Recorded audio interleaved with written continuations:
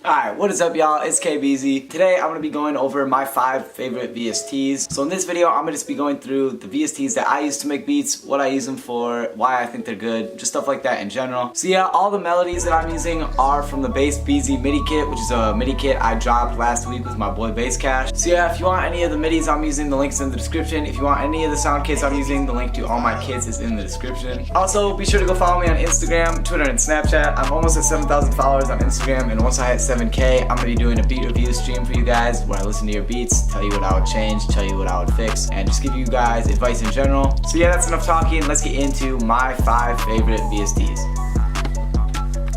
So yeah, before I get into the tutorial, I'm actually gonna be doing a Q&A for 25,000 subscribers. So since we just hit 25,000, and I appreciate it so much, I'm gonna be doing a Q&A answering all your guys' questions because a lot of you guys have been requesting that I do one for a while now. So yeah, if you have any questions for me, leave them in the comments down below. I'm going to try to answer the best ones. So yeah, if you leave a question, you might get into the video. And yeah. Alright, so yeah, here in FL, I got my 5 VSTs open. For the MIDIs, I'm going to be using the VSTs MIDI kit. So yeah, that's the MIDI kit I made with Bass Cash. So yeah, if you're interested in that, the link is in the description. Alright, so the first VST that I like has got to be Omnisphere. I like Omnisphere for the bells folder mainly. I use it for bells, I use it for pads. Also the keyboard section is really dope. So yeah, I just like the bell sounds a lot too. I just think that it's got the best bell sounds and keyboards in general out of any VST. So yeah, here's an example.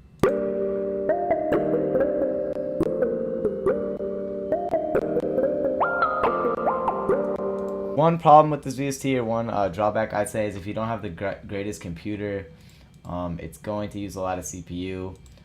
So since I'm recording a tutorial right now, you can hear the crackling, but I have a pretty good laptop. If you don't have the best computer, this VST is gonna be pretty demanding on your processor. So yeah.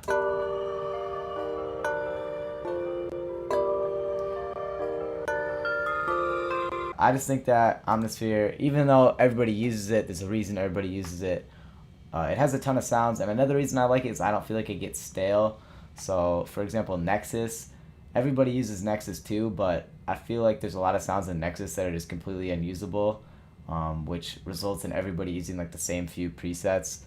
So if you're looking for sounds that are like not stale, and you're just looking for a big variety of stuff, I'd say Omnisphere is the way to go. If you're looking to buy one plugin and you want the best bang for your buck, I would go Omnisphere. Alright, so the second VST that I like the most is actually Electra X. A lot of people use Electra X, but to me, the best part about Electra X is the expansions. A lot of really dope sound designers out there. So yeah, D-March from the Beat Buffs has some great bangs. Bass Gutta has some really cool presets. Also, Savage Beats has some nice ones. Also, yeah, pretty much everybody from Internet Money has really dope banks. So yeah, I'm just going to be using Roy Major's Pluto bank. Shout out to Roy Major from Internet Money. This is an example of why I like Electra X. So I have this MIDI for my kit.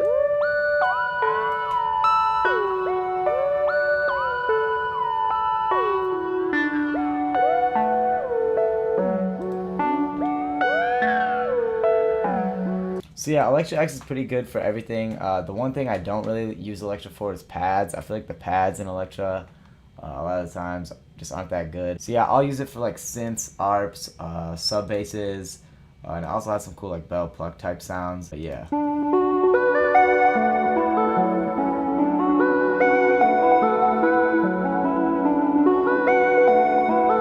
So yeah, I think the dopest thing about Electra X is the arps though. So yeah, the arps can completely change your melody into something different. So as you can see, I'm using the same MIDI I was the previous 2 times, but if I just change to different art presets, I'm gonna go into Fantasy Sounds, for example.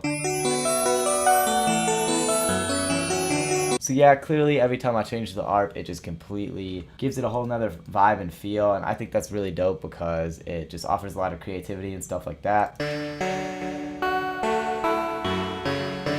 So yeah, I would say Electra is the best VST for ARP, so if you're looking for ARPs, if you're a big ARP kind of guy or gal, I would go for Electra. So my third VST is actually going to be Purity. I think Purity is really dope for just bells. It's got some cool pianos, and also the woodwind folder is pretty cool. I just think it's got some really cool like fantasy type sounding stuff, so.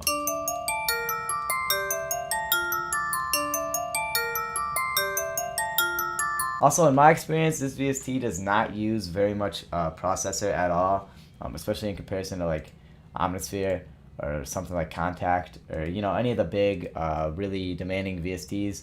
So if you don't have the best computer and you're going for some sort of like dreamy kind of like emotional type beat vibes, I would definitely check out Purity. I use it a lot as like secondary sounds. So if I have like one melody, maybe from Omnisphere, I'll throw in maybe like a background bell from Purity and get something like this.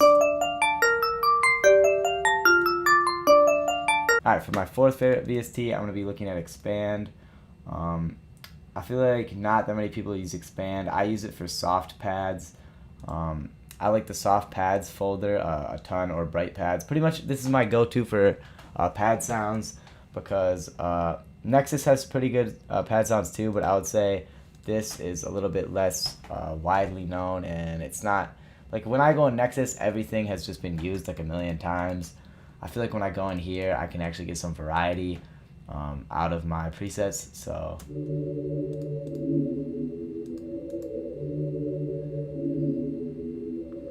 it has like really cool pad sounds in general. I wouldn't use this that much for like the primary sound of my beat. I mean, you can. It's got some pretty cool bell presets too. If you go into the bells folder, it's got some cool stuff in there. But I pretty much use this as like secondary background like pads to accompany my main melody.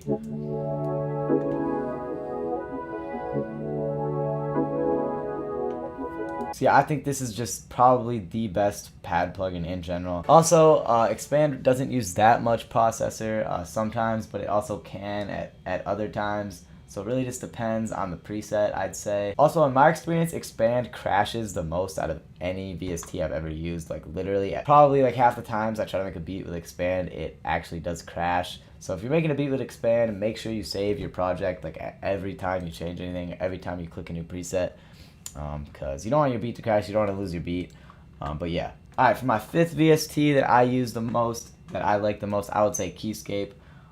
There's a lot of dope presets in here, but be warned, Keyscape uses a ton of processor, even more than most Omnisphere presets. So yeah, I would say that if you don't have a good computer, I would not use Keyscape, because it uses a ton of processor. Even on my Razer Blade, which is like a pretty nice laptop, I'd say, it can still be pretty slow and pretty demanding, so yeah.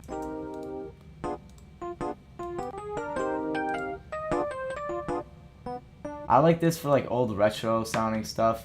Also the Belltone keyboards are really dope. And it's just got the best pianos. I know a lot of people use Nexus pianos or Purity pianos, but if you're looking for really good pianos, I would go for Keyscape, because these ones sound like the realist. Like it actually sounds like a good grand piano sound. Because I know when I hear a Nexus piano, I'm like, oh, it's a Nexus piano. But the Keyscape pianos actually sound more authentic, so yeah.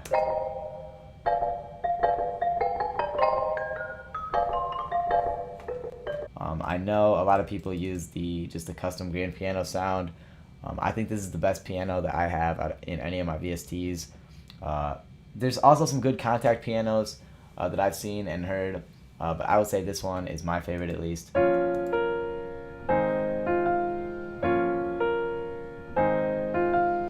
I've always thought it was cool how you can like hear the keys being pressed. So I don't know if you guys can hear it, but if you listen close enough, you can hear actually like the keys being pressed and like some creaks and like the wood or whatever of the piano. I think that's cool because it gives it a more authentic vibe as opposed to something like Nexus where you can like clearly tell it's not a real piano.